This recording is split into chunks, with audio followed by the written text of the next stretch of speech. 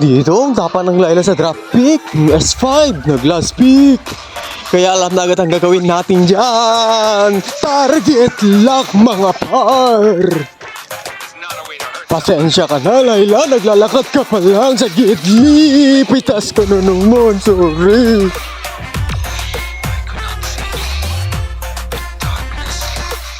At dito napakatapak niya kahit lowet siya, lumalabas pa rin ng torrent. Pasensya ka na Layla, kahit inhibitor torrent, papasukin kita palabas sa torrent.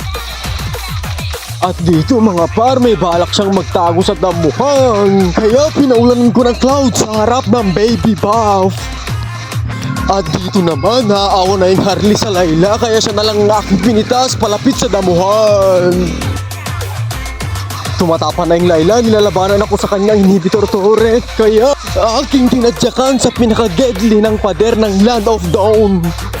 Lumipat pa siya sa mid at gustong magpasipa palapit sa damuhan.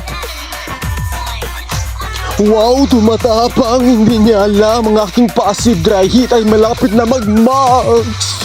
At aking inulit na pinaulanan ng TP sa harap ng baby buff.